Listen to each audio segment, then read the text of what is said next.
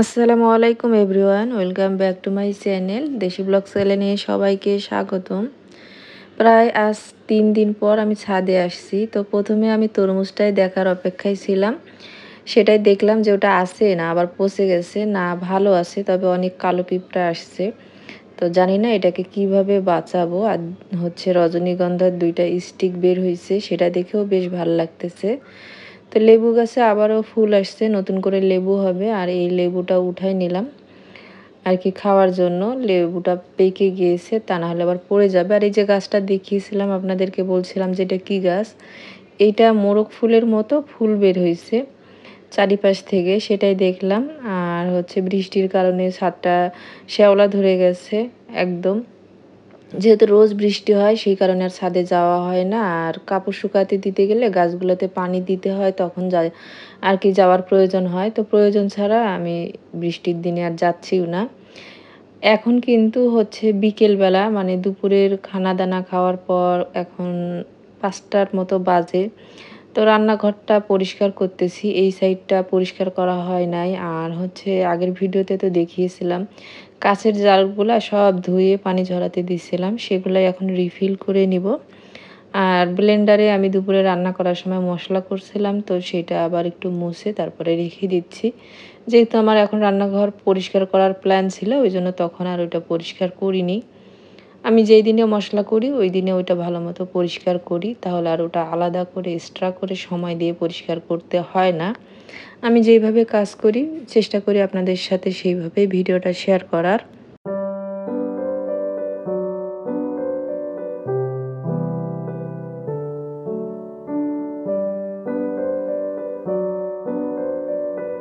আজকে আমার kitchen cleaning এর 2য় দিন। তো এই যে এই সাইডটা এগুলো সব নামিয়ে ভালো মতো করে পরিষ্কার করে তারপর জারগুলা রিফিল করে আবারও গুছিয়ে নিব। আর সেটা একটু শেয়ার করতেছি আপনাদের সঙ্গে, খুব ছোট্ট করে একটা ব্লগ।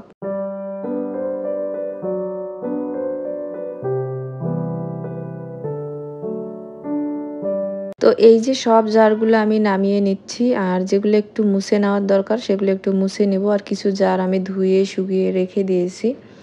আর একটা আর কি টাওয়াল ভিজিয়ে নিছি, সেটা দিয়ে ক্যাবিনেটটা মুছে নিচ্ছি।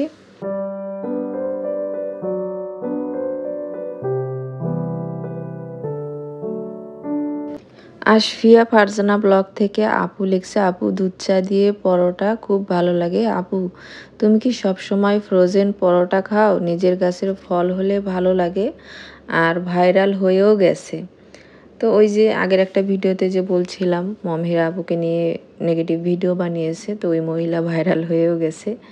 চিন্তা করুন আপু, ওই ভিউ দিয়ে 2 দিনের সাবস্ক্রাইবার আসবে, পরে গিয়ে মানুষ ভিডিও দেখতে চাইবে না। ওই ভিডিওটা কেউ ভালোবেসে দেখেনি, তাই জন্য আর কি ভাইরাল হয়ে গেছে। তো যাই হোক, ভাগ্যে থাকলে উনি ভাইরাল হবে। আর আমি হচ্ছে হ্যাঁ, সবসময় ফ্রোজেন পরোটা খাই। যদি বাচ্চারা আর কি বাসার পরোটা বা রুটি খেতে চায় তখন আমি বানিয়ে দিই। তাছাড়া ফ্রোজেন পরোটাটা আমাদের বাসায় বেশি খাওয়া হয় একটু।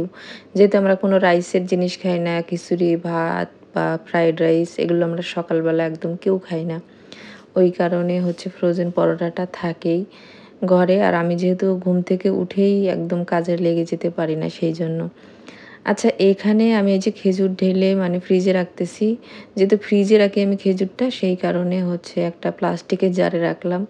কারণ কাঁচের জারগুলো নরমাল ফ্রিজে রাখলে পিচ্ছিল হয়ে যায়, তখন বাচ্চারা কেউ বের করতে গেলে জারটা আমার ভেঙে ফেলবে, এই কারণেই।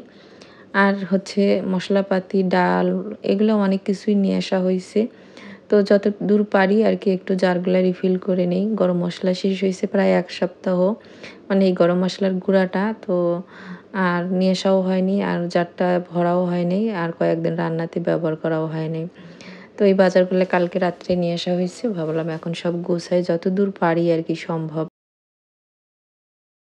অনেক আপুই বলছে যে আমার এই কিচেন ক্লিনিং এর ভিডিও বা গোছানোর ভিডিওগুলো ভালো লাগে। আমারও কিন্তু অন্যের কিচেন ক্লিনিং বা করা বা কিচেন গোছানোর ভিডিওগুলো দেখি আমি, খুব ভালো লাগে।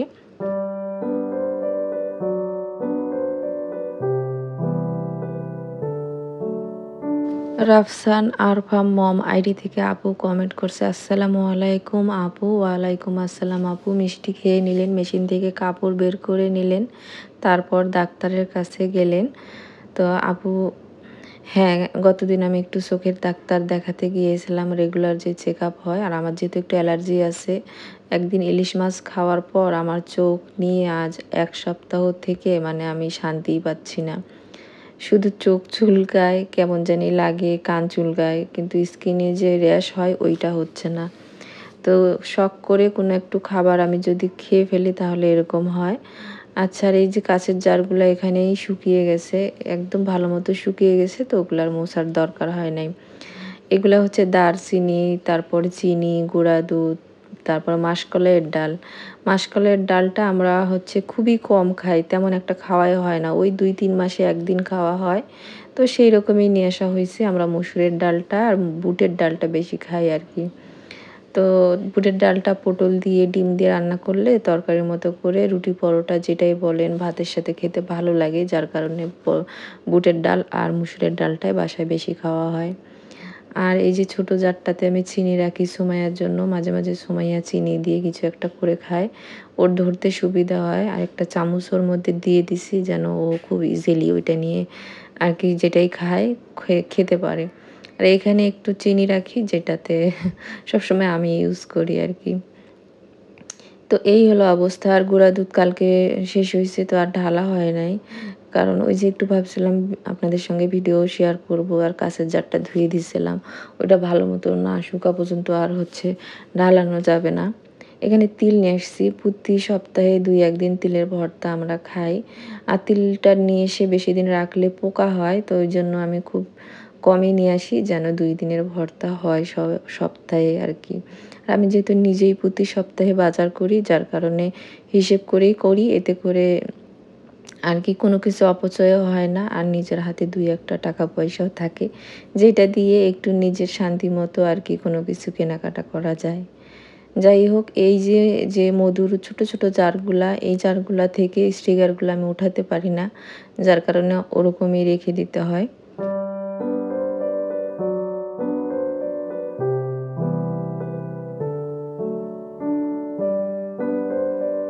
আচ্ছা, আপনারা কি এখনও আমার ভিডিওটার সাথে আছেন? তাহলে কিন্তু একটা লাইক দিয়ে দেবেন। আর যারা আমার ভিডিও দেখতে পছন্দ করেন কিন্তু চ্যানেলটা সাবস্ক্রাইব করেননি, তারা কিন্তু এই ছোট্ট চ্যানেলটা সাবস্ক্রাইব করে দিতে পারেন। আর যদি ভিডিওটা ভালো লাগে তাহলে ভিডিওর শেষে গিয়ে অবশ্যই ভিডিও রিলেটেড একটা হেলথি কমেন্ট করে দিবেন। এই যে, যে আটা লবণের প্যাকেটটা আছে সেগুলো আমি এখানে রেখে দিব। তো এই ক্যাবিনেটটাতে ভালোই জিনিস ধরে, যার কারণে এই ক্যাবিনেটটা আমার অনেক পছন্দ। আর অনেকে এই যে কালো ক্যাবিনেটটা আছে এটা নিয়ে অনেক প্রশ্ন করে, এটার দাম কত নিছে বা কোন পেজ থেকে নিছি। এটা মেবি আমি আরফাত, হ্যাঁ, আরফাত ভাইয়ার একটা পেজ থেকে নিছি। আমার আসলে মনেও নাই আরাফাত হবে। আর দামটা না ৪,০০০ এর নিচেই নিছিল, ডেলিভারি চার্জ সহ। তো এটার একটা ৫ তাক আছে, তো ওইটা না নিয়ে আমি ৪ তাকেরটা নিছি। এতে করে এটা আমার কিচেন যেহেতু ছোট মানানসই হয় আরকি। তো ওই তো গুছিয়ে রেখে দিলাম। এখন হচ্ছে এখানে আমি জারগুলা সব গুছিয়ে নিচ্ছি।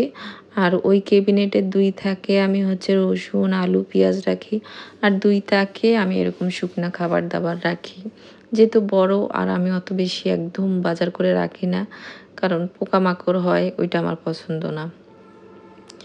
আর এই জারগুলা সবই মানে খানাদানা ফুরিয়ে গেছে, তো আমি ধুয়ে শুকিয়ে রাখছি। আর যেগুলাতে একটু, একটু আছে সেগুলা আছে। ওগুলা শেষ হলে ওগুলাও ধুয়ে তারপরে রিফিল করব। তো যতদূর সম্ভব আজকে রিফিল করে নিলাম। এখন আমার আরও একটা ক্যাবিনেট, এই যে এই ক্যাবিনেটটা পরিষ্কার করার ছিল, তো ওইটা আমি অফ ক্যামেরায় পরিষ্কার করে নিছি। কারণ হচ্ছে একটু এই সময়টা একটু আর কি ব্যস্ততা থাকে আমার। যার কারণে আমি আর হচ্ছে ক্যামেরা অন করে করিনি, অফ ক্যামেরাতেই করছি। আর এখন আমার মোটামুটি মানে ক্লিনিংয়ের কাজ শেষ। অফ ক্যামেরাতে চুলাটাও পরিষ্কার করে রেখে দিয়েছিলাম। এখন সব শুকিয়ে গেছে, সেটআপ করে নিছি। আর এই হলো আমার ঝকঝকে তকতকে রান্নাঘর। মাঝে, মাঝে এরকম ক্লিনিং করলে রান্নাঘর ভালো লাগে আমার। বরাবরই আমি আমার ভিডিওতে এই কথাটা বলি। তো আজকের ব্লগটা আমি এখানেই শেষ করে দিচ্ছি। সবাই ভালো থাকবেন, সুস্থ থাকবেন। আল্লাহ হাফেজ। আসসালামু আলাইকুম।